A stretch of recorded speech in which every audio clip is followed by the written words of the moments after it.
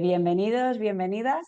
La verdad que es un placer inaugurar, digamos, este tercer webinar del ciclo de NESI Forum que estamos organizando con motivo de dos celebraciones, de hecho.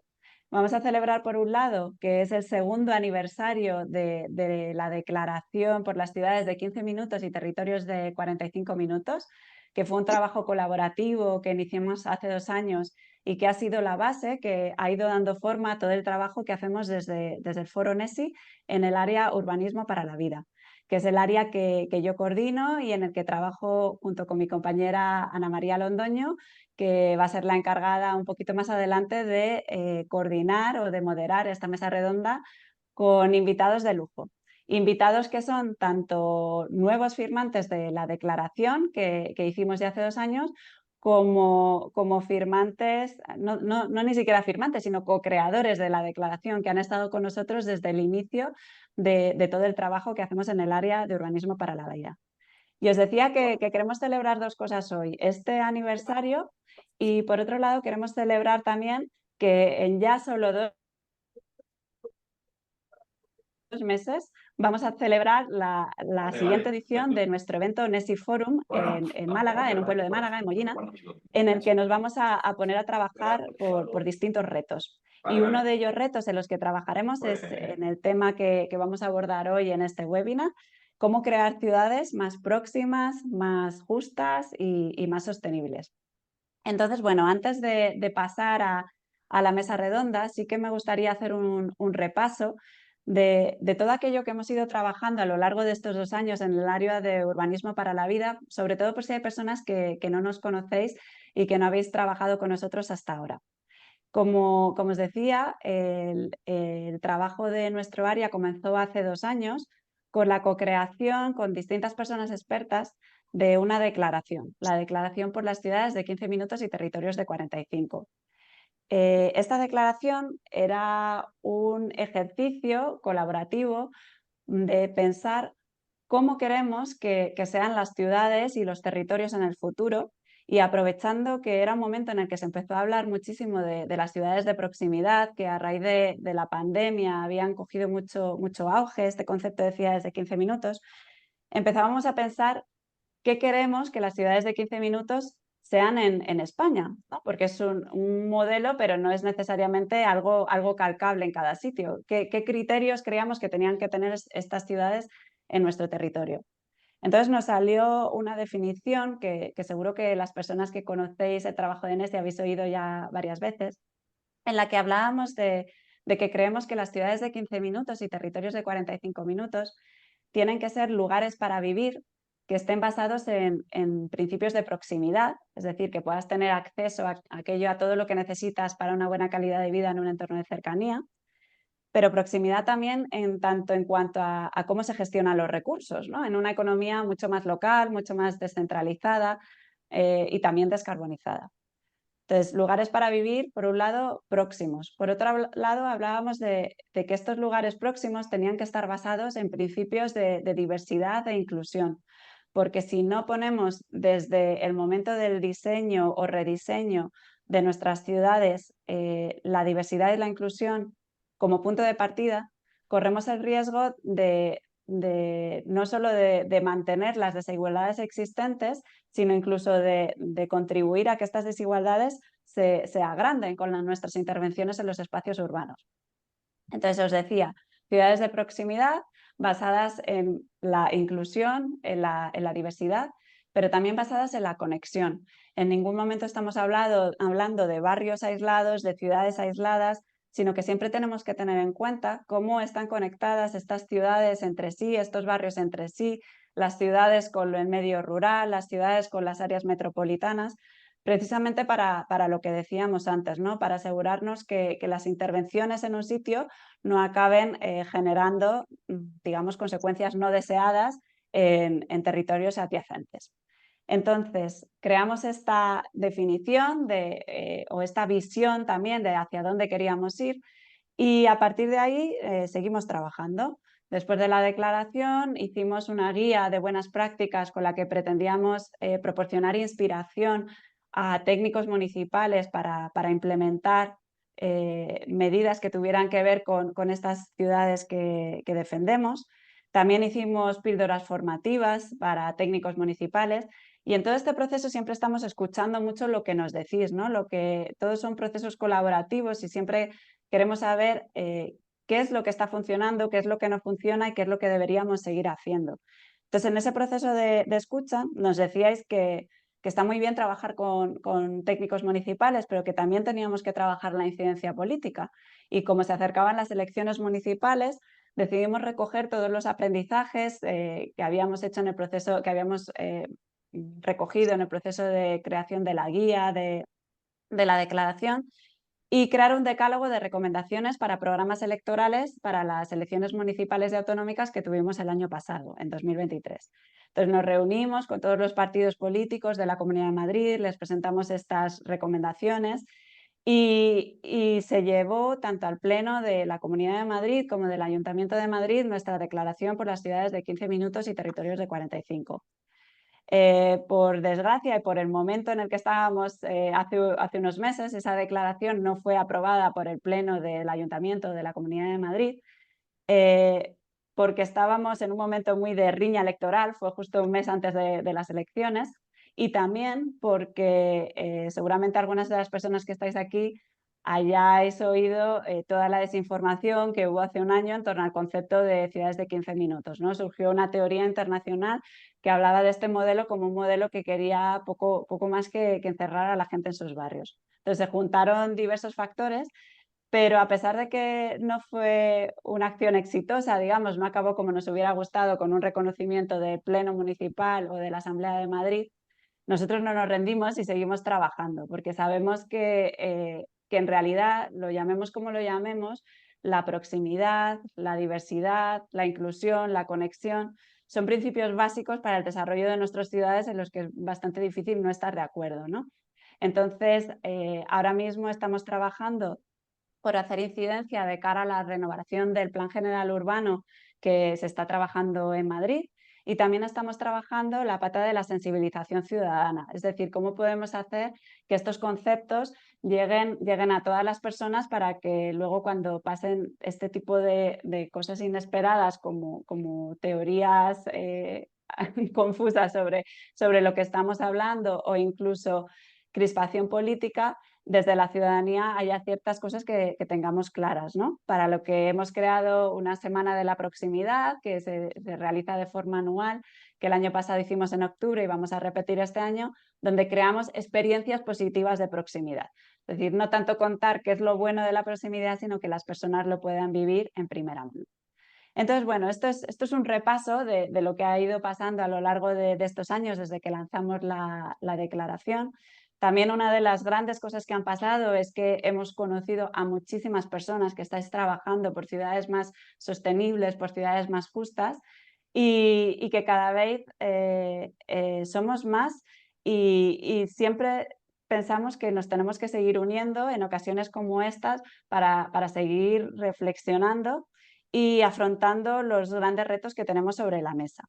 Y uno de esos grandes retos es del que vamos a hablar hoy, cómo crear ciudades más próximas, justas y sostenibles.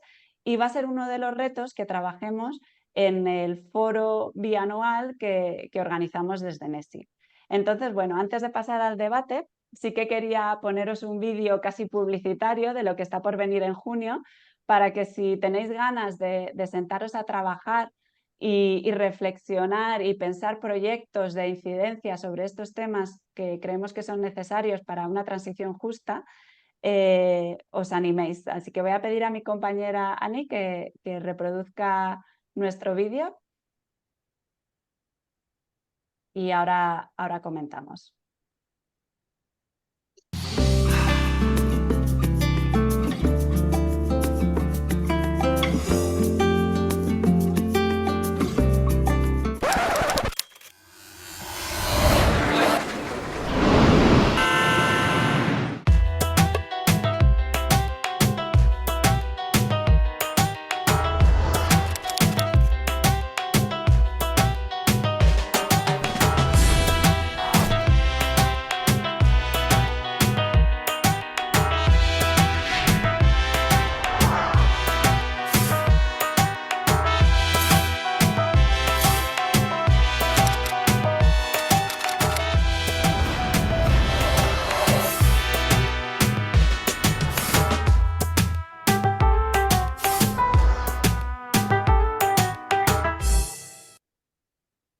Bien, pues muchas gracias, Ani. Veo en el chat que alguna persona ha tenido problemas con el audio, pero no os preocupéis porque el audio era solo música. Entonces, si habéis visto la imagen, creo que os habréis hecho una idea de lo que va a pasar en Nesi Forum 2024, que va a ser del 19 al 21 de junio, como os decía, justo en 2 meses.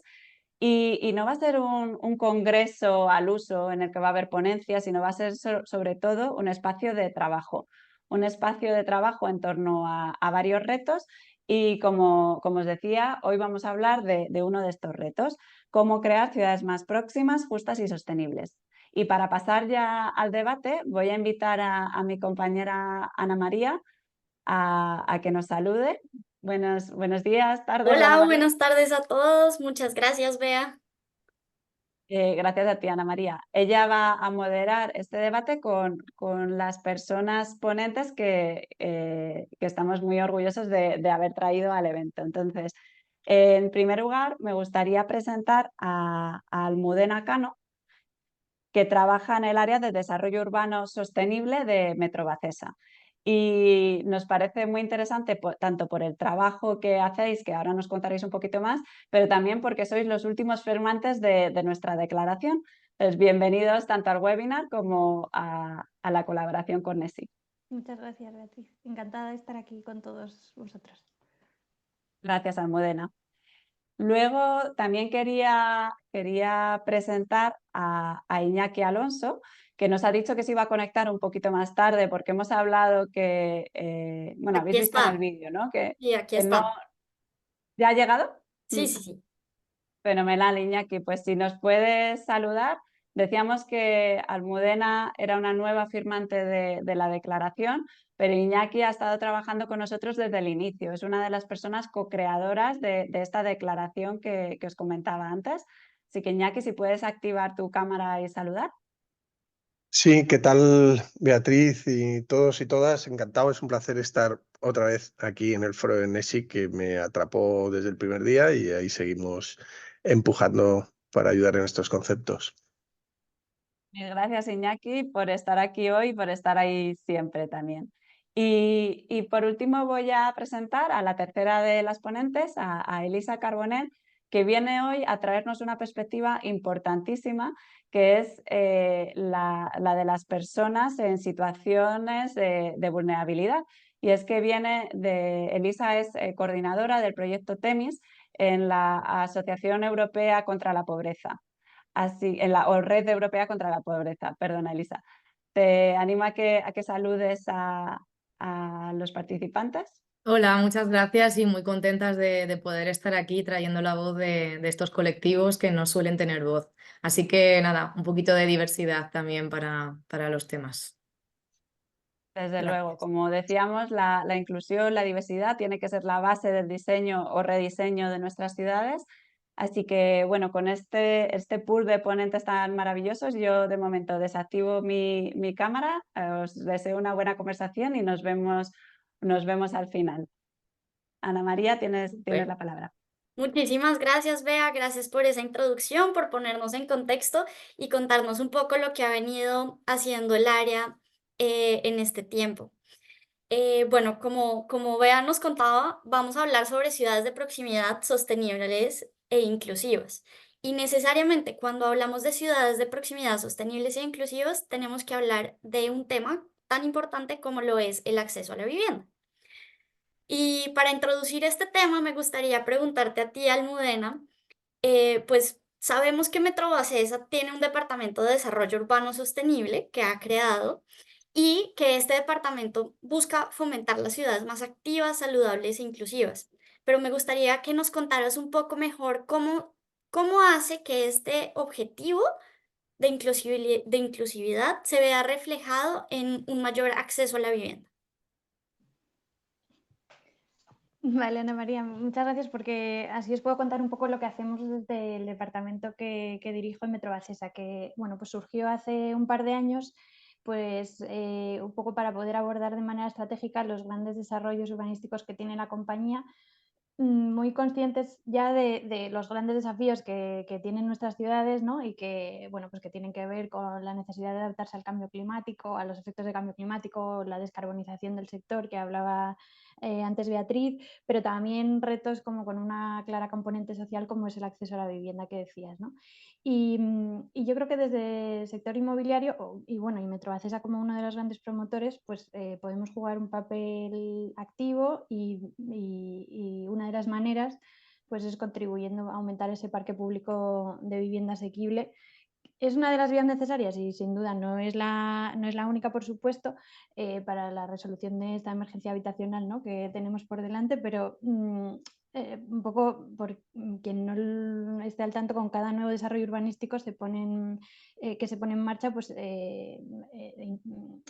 se provee, ¿no?, de un porcentaje que no es nada desdeñable de vivienda de protección oficial. Y nosotros, por ejemplo, tenemos desarrollos con un 30, un 40 y hasta un 50% de vivienda de protección, tal como prevé la legislación, según las distintas comunidades autónomas, pero muchas veces por encima de lo establecido, del mínimo establecido, pues demostrando también un compromiso mayor en los sitios donde hay una especial carencia y donde así nos lo hace también saber la Administración, que es la que tutela, como sabéis, los procesos de tramitación urbanística, ¿no? Y por eso también es importante, y yo sí que siempre lo intento destacar, que se puedan agilizar esos procesos urbanísticos para facilitar esa transformación de suelo.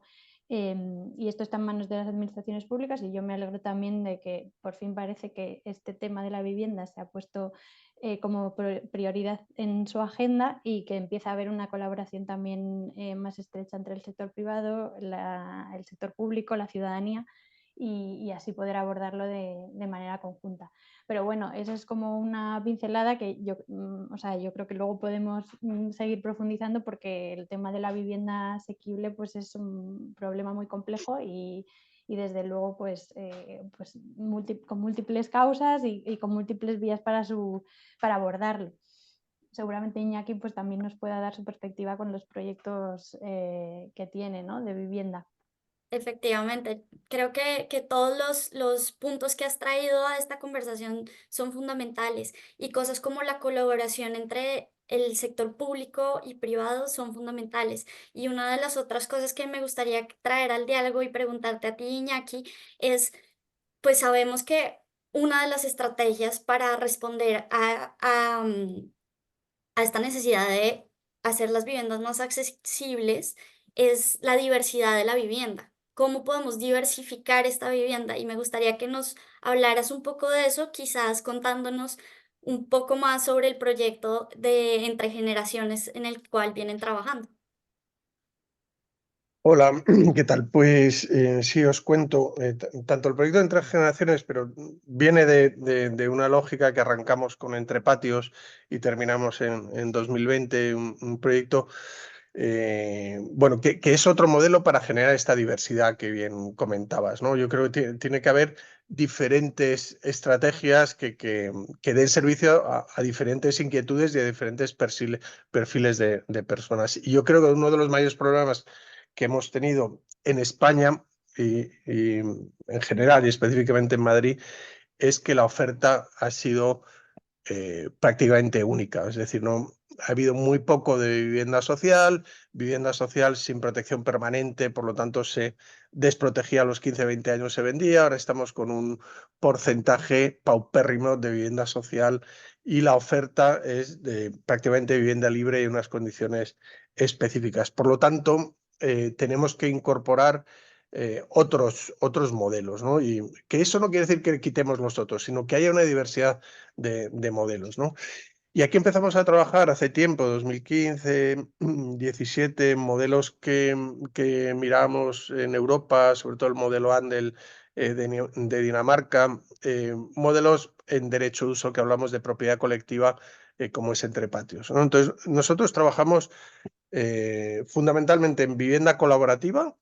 Creemos que la arquitectura y la vivienda tiene que reincorporar conceptos esenciales en las relaciones humanas que están basados en la construcción de relaciones entre las personas, es decir, en rescatar una concepción colaborativa en las formas de vivir, ¿no? Y dentro de ese genérico de vivienda colaborativa tenemos diferentes modelos, ¿no? El modelo cohousing, que puede estar más relacionado con la propiedad colectiva y cada uno de las personas tiene un derecho de uso a una vivienda. Este modelo es muy interesante porque lo que evita es la especulación con la vivienda. Entonces, bueno, pues tú haces una aportación con capital social a un proyecto de una cooperativa y eso te da derecho a una vivienda y tú pagas una cuota de derecho de uso de la vivienda. Cuando te vas, se te devuelve la... Pero nadie puede especular, nadie puede vender con la vivienda. Eso, pues de alguna manera, conecta con la esencia de la vivienda, que es que sea un bien necesario para vivir y no un bien financiero, que es en lo que se ha convertido la vivienda, ¿no? El sector inmobiliario, pues al final se ha convertido en un refugio financiero y en un elemento de transacción financiera y de beneficio.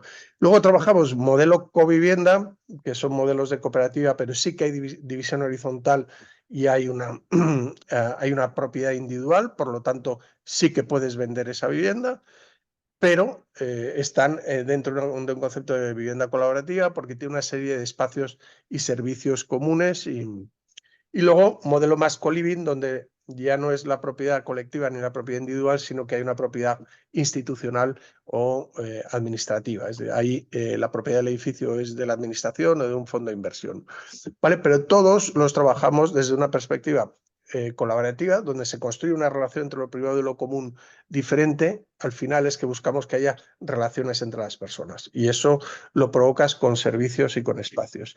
Y en todos trabajamos una perspectiva medioambiental muy grande. Es decir, edificios, cero carbono, ahora estamos construyendo 3 edificios de madera en Madrid, que produzcan más energía de la que consumen, que puedan reciclar el agua, introducirla para riego, para inodoros, que, bueno, pues al final tengan unos criterios medioambientales sostenibles, bueno, potentes y necesarios en el contexto en el que vivimos, ¿no? Entonces, yo creo que tenemos que buscar instrumentos para hacerlo asequible, que sería la siguiente pregunta.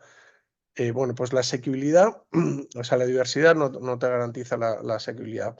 La asequibilidad es compleja, ¿no? Por un lado necesitamos suelos públicos en derecho de superficie, o sea, quitarte el coste de ese 20-25%, el coste del suelo, es decir, que lo público fomente los proyectos que se construyen bajo lo común. Esa triple relación entre lo privado, lo común y lo público es fundamental. Y luego trabajamos mucho como promotores, pero somos promotores delegados. Es decir, que trabajamos siempre para una promotora que normalmente es una cooperativa.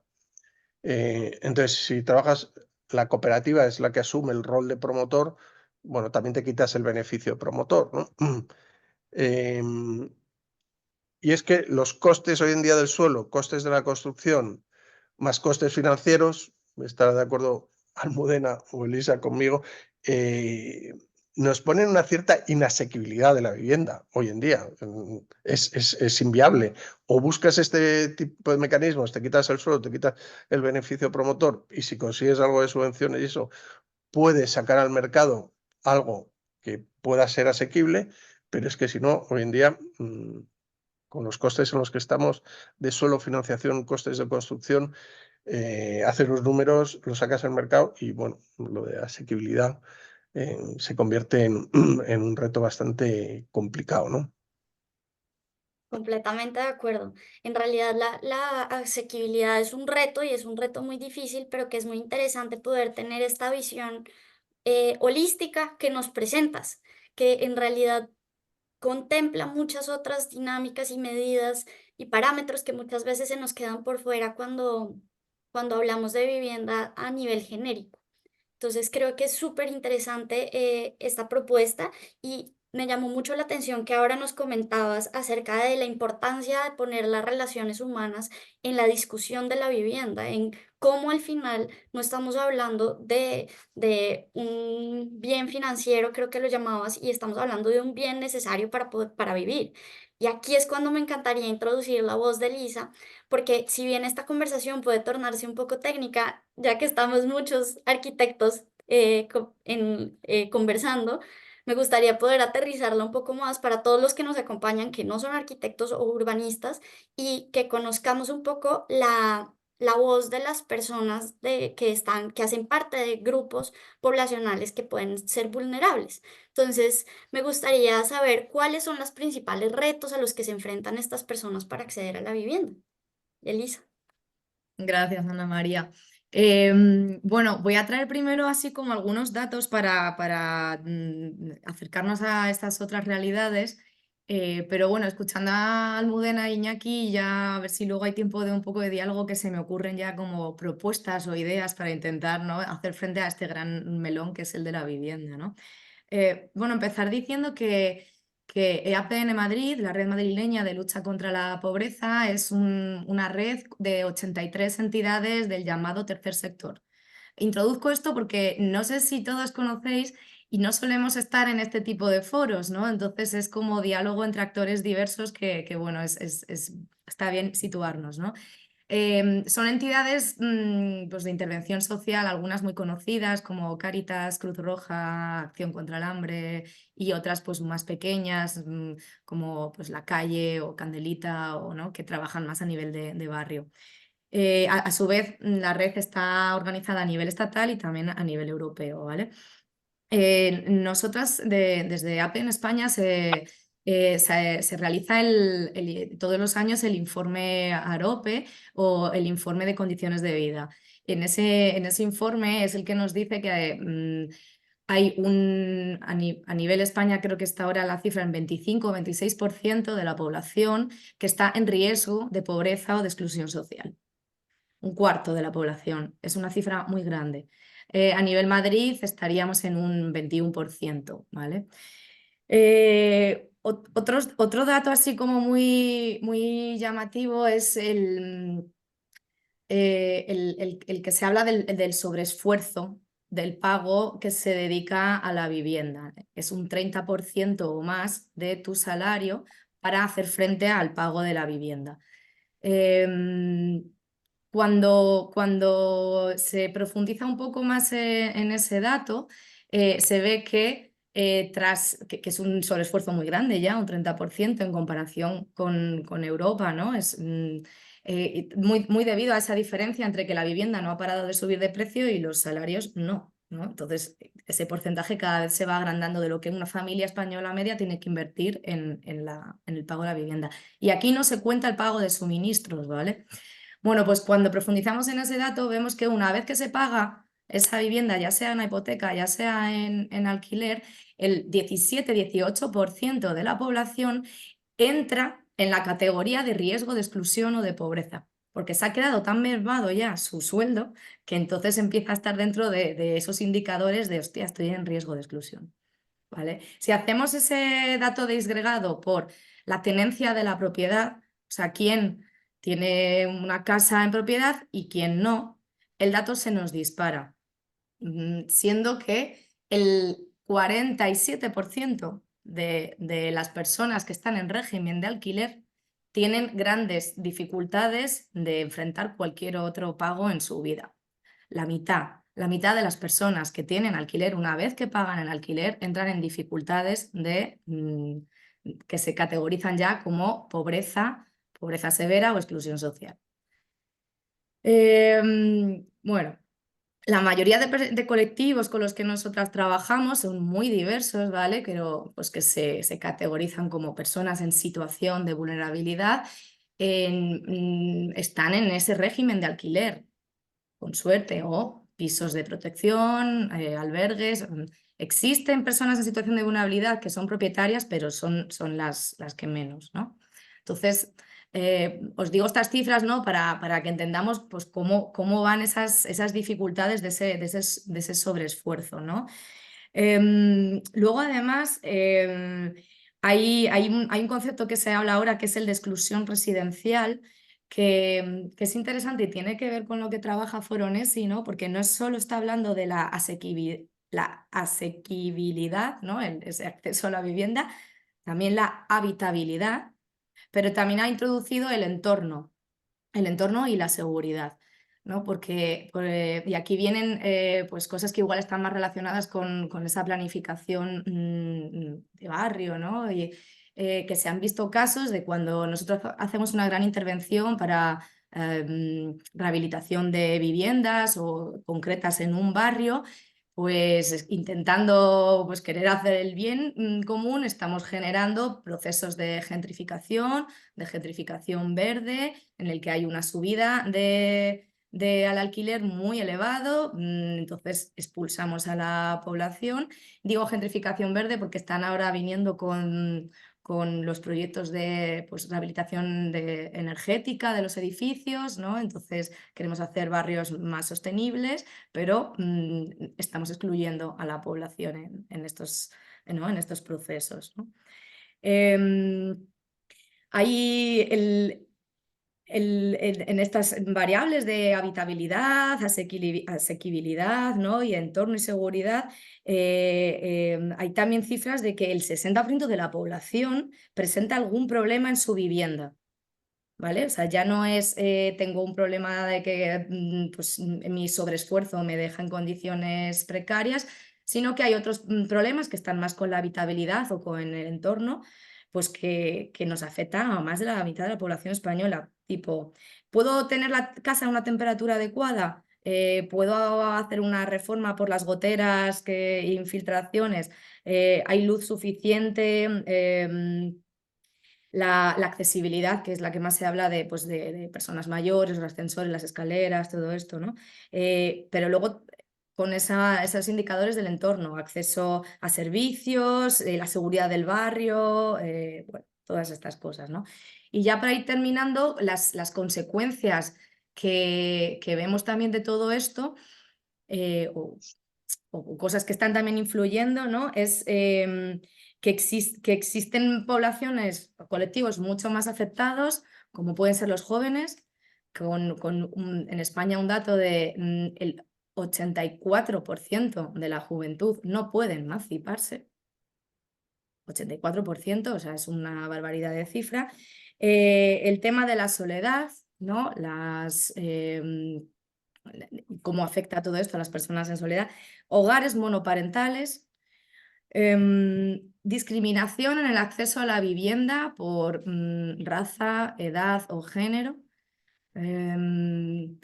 Aumentado, ya no se habla de los desahucios, pero hay 38.000, no, ¿cuál era el último dato?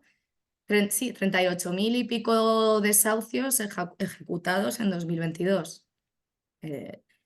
Y el sinhogarismo, personas que terminan viviendo pues, en la calle, ha aumentado un 25% en los últimos 10 años. Me quedo aquí ya con el drama, ¿vale? No, muchas gracias, Elisa, porque creo que todas estas cifras nos ayudan a tener una comprensión un poco más global de la realidad y de poder tener en mente cuáles son los problemas muy tangibles a los que debemos darle respuestas. Y creo que mencionaste un aspecto clave que es el que está relacionado con el siguiente tema que me gustaría poner sobre la mesa, y es el entorno. Tú nos hablabas mucho del entorno y creo que cuando hablamos de ciudades inclusivas y apostamos desde el Foro NESI por una ciudad de proximidad, estamos hablando realmente de cómo construyendo un entorno en diferentes lugares de la ciudad que sea más amigable, que sea cercano, que sea diverso, que sea asequible, que tenga un montón de cualidades, podemos ayudar a que la ciudad en sí sea más inclusiva. Entonces, para esto me gustaría de nuevo darle la palabra a Almudena y preguntarte qué estrategias se pueden implementar para hacer que estos principios de proximidad se apliquen.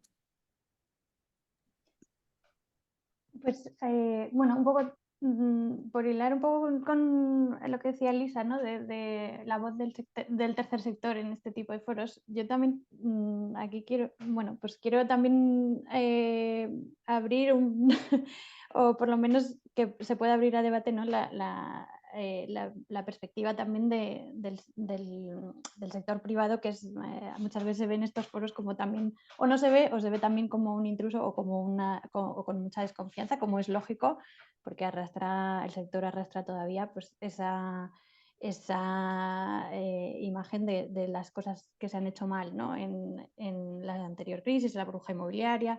Y bueno, y el poder afrontar de manera diferente los retos que tenemos hoy, pues depende mucho de que en el sector se tome una conciencia real y no, bueno, y esas estrategias bajen a la realidad. Y nosotros, ¿cómo lo hacemos? Con proyectos piloto o ámbitos demostrativos en los que sí que creemos que podemos poner en marcha pues, una manera diferente de trabajar. Y ahora mismo nosotros sí que podemos decir, y os invito también a conocer y a ver más cómo hacemos, tenemos 7 ámbitos piloto en 4 grandes ciudades españolas, en Barcelona, Madrid, Valencia y Coruña, en los que ya se está trabajando desde la planificación de barrios, desde la etapa del diseño, con esa idea de proximidad que recoge el concepto de ciudades de 15 minutos, la que bueno, pues todos sabemos, ¿no? Unos barrios con una mezcla equilibrada de usos, donde bueno, pues vida de trabajo y ocio pues puedan compaginarse, reduciendo los desplazamientos de vehículo privado, apostando por la movilidad peatonal. Todo esto ya nos lo sabemos. Donde los servicios estén cerca, donde se favorezca el comercio local, ¿no? Pero sobre todo lo que intentamos es que los espacios estén pensados desde la experiencia de quienes los van a habitar. Y yo creo que aquí sí que estamos, por lo menos, es bastante novedoso nuestro enfoque, por lo menos en el sector privado, porque lo que estamos haciendo es involucrar a la ciudadanía en los procesos de diseño desde el principio, abriendo espacios de participación ciudadana y de colaboración con entidades locales, que son los expertos en su territorio y que nos ayudan a adaptar estos grandes conceptos de ciudad de 15 minutos y pasar de unas líneas en un plano elaborada por los técnicos en proyectos que realmente atiendan a necesidades específicas de la población en la que van a afectar, ¿no? Y estamos trabajando con asociaciones vecinales, pero también entidades de ámbito educativo, del ámbito cultural, deportivo.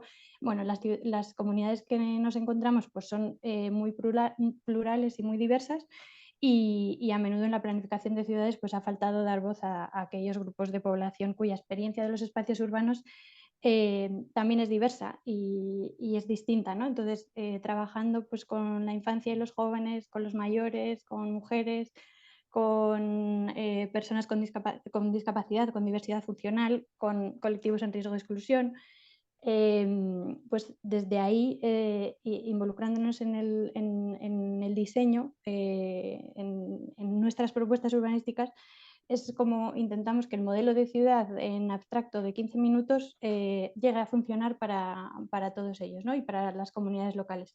Y esto es interesante, a lo mejor luego podemos hablar un poco más, porque creo que desde el sector privado no se ha hecho hasta ahora, o no se en España, ¿eh? Luego es verdad que hay otros países en los que esto ya es una realidad muy consolidada, pero creo que bueno, nosotros, de la manera en la que trabajamos, pues sí que podemos decir que a día de hoy estamos iniciando estos procesos de acercamiento a la ciudadanía y que no lo hacemos de manera con unos cuantos talleres aislados, ¿no? Bueno, pues, para aprobar un plan urbanístico o para encontrar una percepción o facilitar un clima como más favorable a los proyectos, sino que lo estamos haciendo con una visión a largo plazo en las distintas fases de los proyectos que tenemos, porque Metrovacesa, lo bueno, la oportunidad o el potencial que tiene es que estamos desde la planificación urbanística, el momento del diseño y planificación urbana, hasta la construcción de los barrios, la consolidación la promoción de las viviendas y la consolidación de los barrios misma. Nos quedamos como en el largo plazo y con esa visión es con la que empezamos a abrir estos espacios de colaboración y de participación con la comunidad local, creando un poco creando más que con esa idea, ¿no?, de aislada, sino creando esa comunidad que pueda acompañar los proyectos y que pueda enriquecerlos en todas sus fases.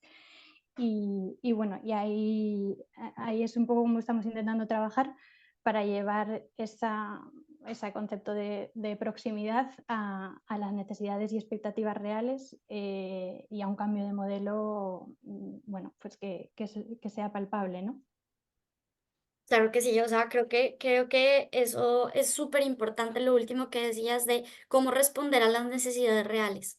O sea, cómo todos los esfuerzos se vuelcan un poco a esos espacios que nos mencionabas que están pensados desde la experiencia de quienes los van a habitar. Eso me parece que es supremamente valioso y muchísimas gracias por contarnos un poco sobre lo que están haciendo. Iñaki, me gustaría que tú también nos contaras quizás un poco desde tu experiencia y los proyectos en los que has podido trabajar, cómo se puede implementar estas, digamos, estrategias de proximidad desde la arquitectura misma, desde el urbano, desde lo que construimos. Pues muy parecido a lo que comentaba Almudena, que me ha gustado mucho y me encanta que se esté dando tanta voz a lo local y yo creo que es clave. No podemos perder otras perspectivas, pero esta fase de empoderamiento del ciudadano y que tome voz para poder decir desde cómo quiere que sea su futuro barrio a cómo sea su vivienda es clave, ¿no? Pero también, igual esto que voy a decir no es excesivamente políticamente correcto.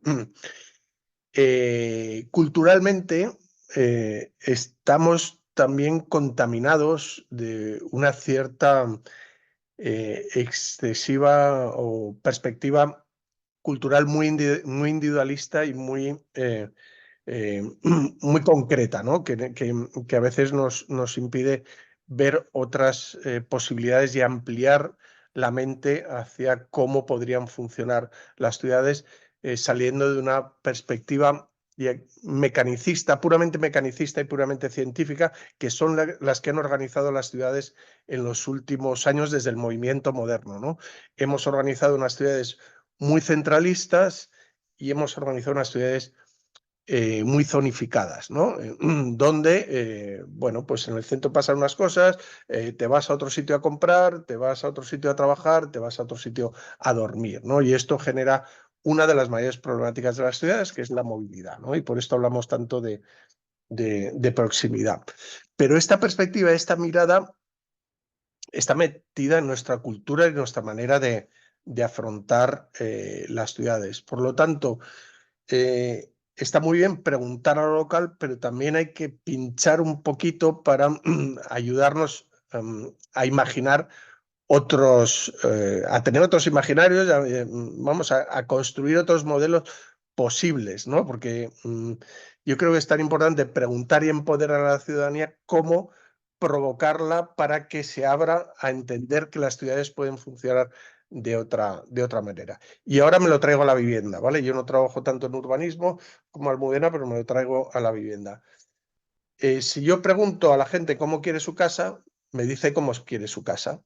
Y me lo dice bajo un patrón cultural muy establecido. Pero si yo le digo, oye, ¿y te imaginas que puedes tener una lavandería en común y es un espacio donde tienes una lavadora industrial que lava a toda velocidad y con unos jabones ecológicos y no sé qué, y que puedes compartir y te quitas el rollo de tener una lavadora en tu casa? De repente dice, ostras, es verdad. Es decir, está muy bien el empoderamiento del preguntar y no sé qué, pero también hay que pinchar un poquito para, bueno, pues construir otras visiones y otras realidades, ¿no? Y hay cosas que luego que ya son muy difíciles de... Oye, ¿te imaginas tener un edificio en propiedad colectiva? ¿Y esto qué implica? Pues mira, pues implica que el precio de esa vivienda no va a seguir subiendo en el mercado, simplemente aquí va a haber una rotación de gente.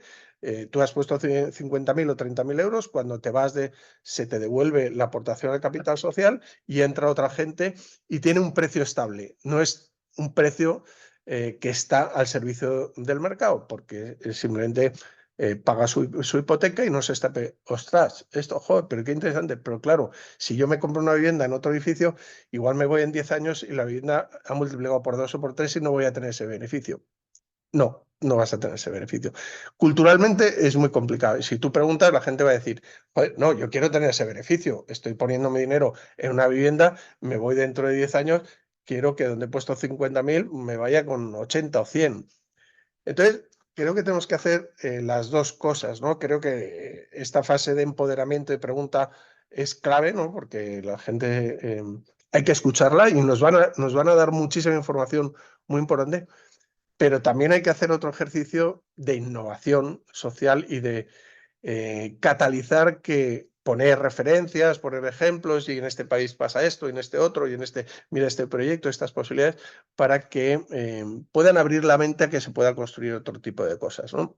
Y en el caso mío de edificios y viviendas, pues claro, yo trabajo en la construcción de comunidades que deciden cómo quieren vivir, ¿no? Entonces, puedo trabajar modelo cohousing con una comunidad ya consolidada, me viene un grupo de personas, 20, 30 personas, y queremos ir a vivir juntos, es un senior cohousing o intergeneracional y queremos hacer esto. Es un modelo, pero trabajo con otros modelos de yo busco un suelo, compramos un suelo y empezamos a juntar gente. Cuando tenemos un 80% de esa comunidad, empezamos a trabajar con ellos cómo podían vivir de otra manera y cómo se pueden meter otros mecanismos. Pero de alguna manera les damos un marco económico, un marco conceptual y un marco arquitectónico, y luego les incorporamos diferentes ventanas de participación que llamamos para que puedan empoderarse y tomar decisiones sobre el cómo vivir, ¿no? Entonces, bueno, y con respecto a la parte de proximidad, pues en un edificio ya no tiene que ser un edificio de viviendas solo, es un edificio donde puedes vivir, pero puedes tener un coworking en el edificio, puedes tener una lavandería, es un edificio que toda esta parte de complejidad que decimos que hay que rescatar, ¿no? Ya, todos los barrios tienen que tener todos los servicios necesarios para vivir, ¿no? No esto de ir cambiando de barrio a barrio porque en uno curro, en otro trabajo, en otro me voy de ocio, pues en los edificios pasa lo mismo. En los edificios tenemos que empezar a incorporar una cierta diversidad de usos, ¿no? Hay viviendas permanentes, puede haber alguna vivienda de alquiler, puede haber espacios de oficinas o un coworking, puede haber un Fab Lab o puede haber algo de comercial y bueno, incluso alguna parte pública donde el edificio se puede abrir a lo público en algunos momentos. De manera que intentemos, bueno, pues salir de esta excesiva zonificación y donde, bueno, pues hemos partido la realidad en muchos trocitos y la hemos separado totalmente y estamos en una operación más de generar complejidad a nivel de edificio, a nivel de barrio.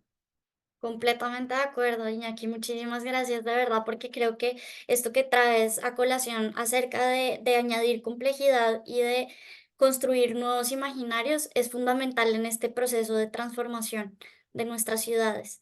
Y aquí me gustaría, ya nos queda muy poco tiempo para nuestro webinar, pero quizás pues darte el espacio, Elisa, para que puedas comentarnos un poco, nos respondas acerca de lo que se ha hablado o nos des, digamos, ejemplos de estas buenas experiencias, de experiencias positivas de proximidad y cómo eso impacta en la vida real de las personas. Pero también me gustaría que si alguno tiene una pregunta así muy chiquitita para también darle un poco de voz a quienes han participado, nos la escriba por el chat y si alcanzamos en nuestro tiempo, pues dar una respuesta muy breve. Pues nada, yo que voy a, pues igual que vosotras, gran defensora de lo positivo del barrio, ¿no? Y de recuperar el barrio con, pues, con todos esos servicios y con la vida de barrio, ¿no? Qué bonito cuando sales a comprar y pues te conoce y qué tal estás, Antonia, y mira a mi tío Pepe le ha pasado esto y pues ya generas ahí pues esa conversación, ¿no? Enfrentan además problemas graves sociales, un par que he comentado antes, ¿no? El tema de la soledad la precariedad de los jóvenes, ¿no? Iñaki, ¿cómo hacemos para que esa barrera cultural podamos empezar esos cohousings que dé acceso a los jóvenes que están acompañando a todas las abuelas y abuelos que tenemos solos, ¿no? O sea, mira cómo casaría esto de bien, ¿no? Qué bonito. Pero me enfrentas con barreras culturales, ¿no? Bueno, pues ahí intentar pasar este discurso de lo positivo y luego hacerlo también posible, ¿no? Porque a veces también te enfrentas con esa discriminación de yo no me fío. Uy, el joven los jóvenes son todos muy malos y a ver a quién voy a meter yo en mi casa, ¿no? O,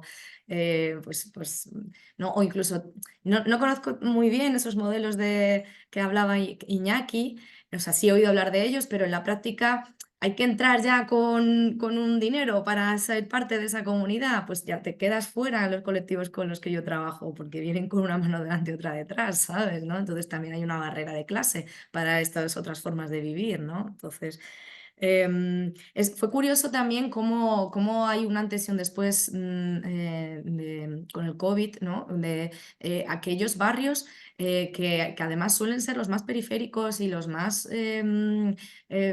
vulnerables, tuvieron unas redes de apoyo y de cuidados entre las vecinas muy, muy destacadas, ¿no? Y entonces se generaba todo a través del barrio y si los comparas entre barrio pobre y barrio rico, pues se dio esa red de apoyos y de cuidados en esa proximidad de los barrios vulnerables, ¿no? Y ligo esto también con un poco el tema del transporte y la movilidad, ¿no? De cómo en las periferias se concentran todos estos colectivos más vulnerables y están muy abandonados a nivel de servicios, a nivel de ocio y de cultura y a nivel de transporte, ¿no? O sea, al final estamos promoviendo unas políticas de movilidad sostenible, cambia la flota de autobuses para que sea eléctrica y deja tu coche viejo que funciona perfectamente, pero es viejo y cómprate uno eléctrico. Eso no casa con ese 25% de la población, incluso con mucha de la clase media del país, ¿no? O sea, no se están, hay que mejorar ese transporte público porque son las personas que están en la periferia las que cogen 5 autobuses para llegar al otro lado de la ciudad, ¿no? Y no están bien ni las frecuencias del transporte ni las capacidades de esos autobuses.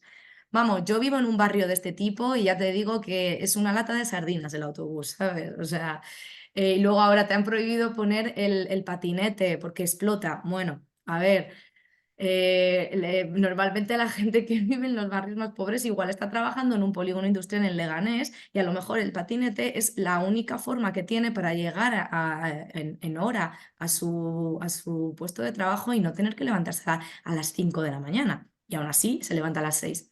No sé si me entendéis, ¿no? Como que hay ciertas propuestas que son muy incoherentes con la realidad de las personas que son más necesitadas y que están viviendo en este tipo de barrios, ¿vale? Sí, totalmente de acuerdo, Elisa. De verdad, muchas gracias por todas las intervenciones. Debo decir que me alegra y me agrada mucho que nuestra conversación fue muy fluida y que en realidad, pues creo que se quedaron muchos temas. Hay preguntas en el chat que veo que hay mucho interés en poder conocer más del tema y poder profundizar. Lamentablemente contamos con 1 hora para este webinar, pero en realidad queremos invitarlos a seguir con el tema. Esto es apenas el abrebocas para que se animen, para que sigamos trabajando en este tema, para que sigamos conversando y nos sigamos encontrando y concretamente para que pues nos enredemos y nos encontremos en el NESI Forum de junio. Entonces, pues vea si quieres volver y quizás... Ay, Sí, claro, Ana María, muchas gracias. Activo mi cámara. Muchas gracias a todos los ponentes por vuestro diálogo. Ha sido muy interesante, tanto que no nos ha dado tiempo a tratar el último tema que queríamos haber tratado, que era la planificación a nivel metropolitano, ¿no? Tiene mucho que ver con algunas de las cosas que estaba mencionando Elisa, de dónde está ubicado el trabajo, de si este tipo de políticas son algunas que hay que abordar desde la escala municipal o hay que ir a alguna escala más grande.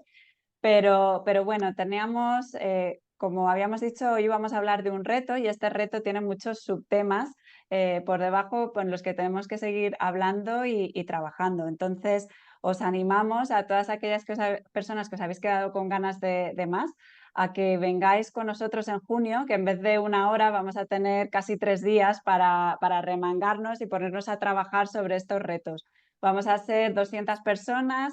La vamos a tener, como os decía al principio, no tanto conferencias en las que escuchar, sino un espacio de trabajo y de diálogo. Así que sintiendo mucho el no tener tiempo para responder a las preguntas que han entrado en el chat, también para nosotros desde NESI es muy importante respetar vuestro tiempo y habíamos planificado un webinar de 1 hora, así que vamos a tener que cerrar, pero os agradecemos mucho que hayáis venido por aquí. Muchísimas gracias a Iñaki, a Almudena, a Elisa y a Ana María por la conversación y esperamos poderos ver en junio en NESI Forum. Tenéis toda la información en el chat. Y si todavía no estáis muy decididos, podéis venir al webinar de la semana que viene. Vamos a ir haciendo webinars sobre los distintos temas que trataremos en el foro cada jueves a la misma hora y también puedes encontrar la información tanto en el chat como en nuestra web. Muchísimas gracias y esperamos veros pronto. Gracias a vosotros. Gracias. Gracias, un placer. Gracias. Gracias a todos.